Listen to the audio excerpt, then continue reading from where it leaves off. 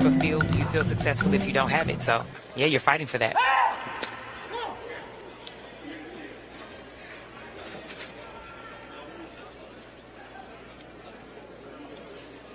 So Lyles will get in the blocks, gets set for launch.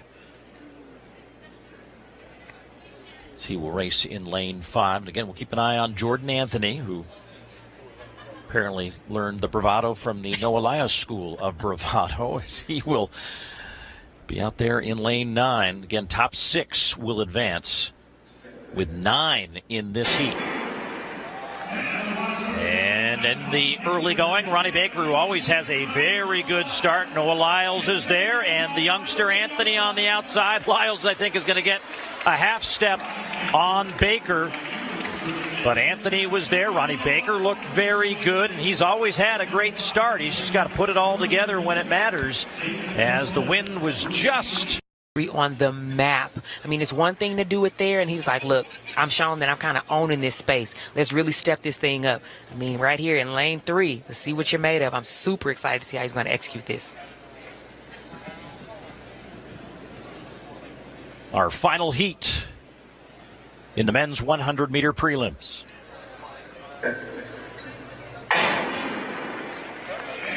And Courtney Lindsay had a better start than Christian Coleman. You don't say that too often in a race, but now those two are out and away, and it will be those two in that order, with Hicklin coming up on a close here. But very happy Courtney Lindsay has perhaps a dinner reservation he is late for, as he has left the building expeditiously. Hicklin looking and waiting for that result. Lindsay in 10:05, Coleman in 10:08. Into a headwind.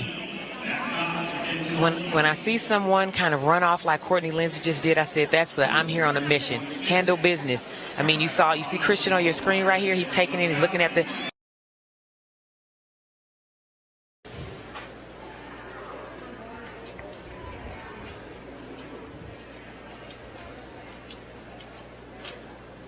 Bromell in 4.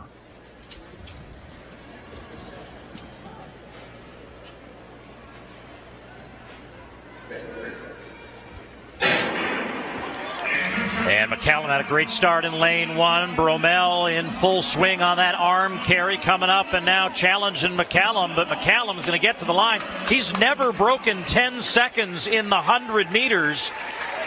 As we await the time, it will be still a goal for him by the end of the weekend, but a headwind of 0.7 didn't help. 10:01. I'm rocking. Competition in the first couple of rounds. And you put a little bit more pressure on yourself. You bear down just a little bit, but I think now she knows she's so good. She just has to get a good solid jump, but she's just in a groove that nobody else has really in. And it's, talk to Dawn Harper Nelson a little bit. She says when a hurdler believes that they're the best, they're going to run great. And I just think Tara Davis Woodall's headspace is just better than everybody else's right now. And look at that stretch as it's close to 7 meters.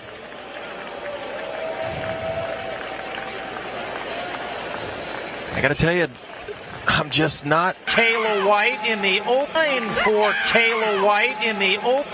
And away, DeFrand, as advertised, had a very good start, but in 4, Kayla White is up and away. Richardson trying to reel her in, going to get second, it would appear, as our look at the line will be confirmed here in a moment. But Kayla White, the NCAA 200-meter champion back in 2019, 10:89 for Kayla White. 9 for Kayla White. 9 for Kayla White. 9 for Kayla White. The first round, it means you're ready. You see her right here coming in lane 4. She had that good head down. Now she's pulling to the front right now, standing up, knees coming up. All she has to do right now is not go crazy with your arms and lose it, because she knows that she carries in this heat. She knows that she's a good closer. But right now you're going to see Sha'Carri on your screen. She stayed pretty composed. She was able to pull herself back in the second. Remember I said I want to see some gears towards the end. She makes sure your knees are still coming up and arms are being very smooth. So depending on where they are, they're just really, this is first round. When you're a TT Terry and you're Gabby, it's first round. I'm trying to wake up. It's first round. It's first round. It's first round. It's first round.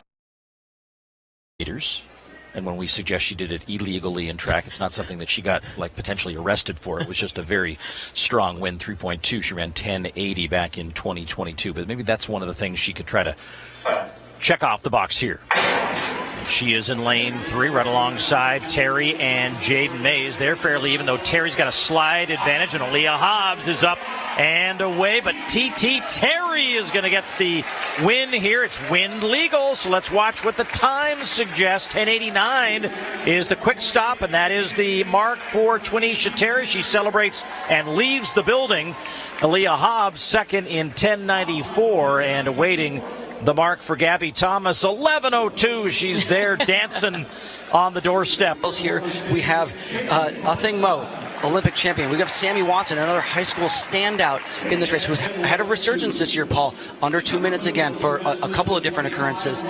I cannot wait to see what happens. I hope Michaela's gas tank is completely empty at this point in the season. Well, don't forget about Allie Wilson, who's back from injury, the USA indoor champion last year. She was runner-up in the Olympic trials last year and got her first major spot on a Team USA squad, and so she will be racing in 7. Again, the advancement procedures, 6 out of each of these heats as we get them into the ready position for heat number 2. And Athing Mo Nikolaev out on the outside in 8, and in the middle of the track in 4, Ajay Wilson doing very Ajay Wilson things, trying to assert herself in the early going, but the youngster Michaela Rose responds to that, and she's got the benefit of just having to go down a straight line trying to win this race to the rail in the first 200.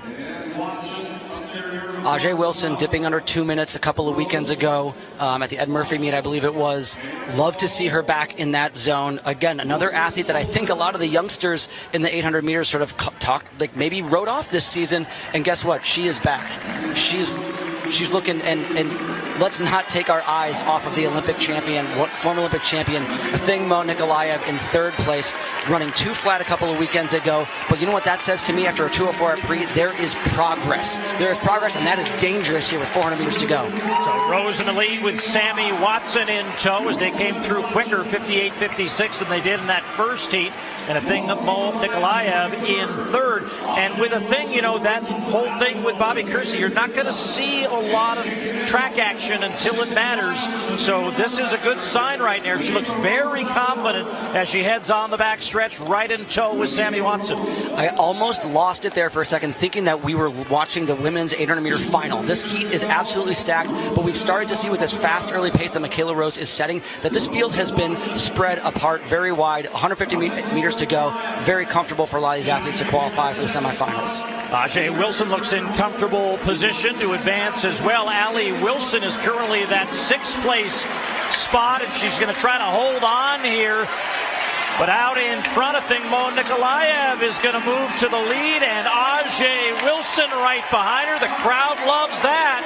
Athing Mo Nikolaev moving on to the semifinal round of the eagerly anticipated men's 1500. It was a foul for Davis Woodall, so let's go on to the track here, Will Lear. Abe Alvarado, a late scratch from this race, but that doesn't diminish the talent we see unfolding here as we look at the start list, up and down this list of athletes. So many folks who have the credentials to make it to the next round. And maybe none better than Hobbs Kessler. Hobbs made the Olympic team last year in the 800 and 1500, going on to finish 5th in that 1500-meter final in Paris, narrowly missing the podium. Hobbs is a generational talent, skipping the likes of going to college, to go pro straight out of high school, running 3:34, breaking Alan Webb's high school record. Hobbs, I love to see this move from Hobbs. I love to see this move. We've talked about how cutthroat some of these prelims have been throughout the course of the day, Paul. Taking only top 5 in the steeple when they were taking top 6 in the 1500, in the 800. In the 1500 here, top 3. Top 3 or you might be going home. And we have the likes of Ethan Strand, Hobbs Kessler, Abel Tefra, NCAA Indoor Mile Champion, Jonah Koech, who I think is one of the only Americans ever to win a Diamond League event, running 3:31 earlier this year, and a 1:43 guy. And you got Craig Engels, everyone's favorite runner, coming back from the 800 prelims earlier today.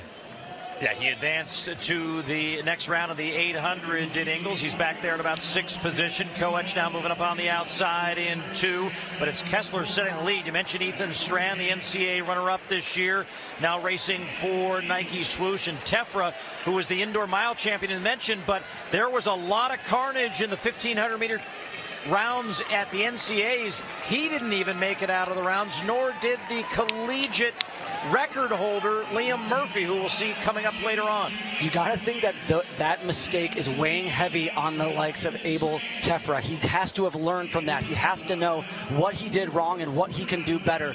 Right now, Tefra running the outside of lane 1, followed closely from Jonah Koech. We've got Wes Porter up there in the mix. We've got the Ducks still in the mix. No one has fallen off of this pace. 1:55.9 through 800. So it's quick, but it's not lightning quick. Hobbs continuing to turn the screw, amp up the pressure here, begging the likes of Ethan Strand to potentially make a move. But Ethan Strand, we saw him in the International Mile at Pre with that blistering kick to run and laugh his way to a 3:48 mile. What is the world that we're living in? But right now, top 3, and there is a whole host of guys who are in this race. Everybody's still in this race with a lap to run, and as Will just mentioned, only 3 automatic qualifiers. Wes Porter on the inside in the all-black, right by Koech, with Tefra ahead of him, then Strand, then Hobbs, Kessler, as they work their way down the backstretch for the last time. Kessler very much in control and aware of his surroundings. There's a lot of looking around right now, Paul, but the 1,500 meters, especially when you're up against the ropes a little bit, it's not about who makes the first move, it's about who makes the last move. Hobbs right now driving the train, Ethan Strand right on his shoulder. I don't think Ethan Strand's going to do much right here because he knows he's in the qualification position. Jonah Koech right behind him, and a lot of daylight back to Wes Porter. I'm surprised to see the likes of Abel Tefra not being able to respond, but it's Strand, Kessler, and Koech, the 3 of them clear through to the final. And Elliott Cook doing another Oregon dance down the inside as he finishes in 4th. There's got to be a special alley in there for the Ducks, Paul. I think there's a lane inside the underbelly of this. First round throw is stood up 257 flat on that first throw, 257 feet even, 78 meters 33.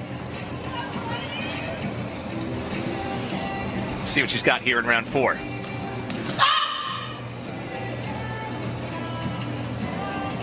That's another really big one. Oh yeah, she's in it. It's been great to see the women's hammer continue to grow. The Enterprise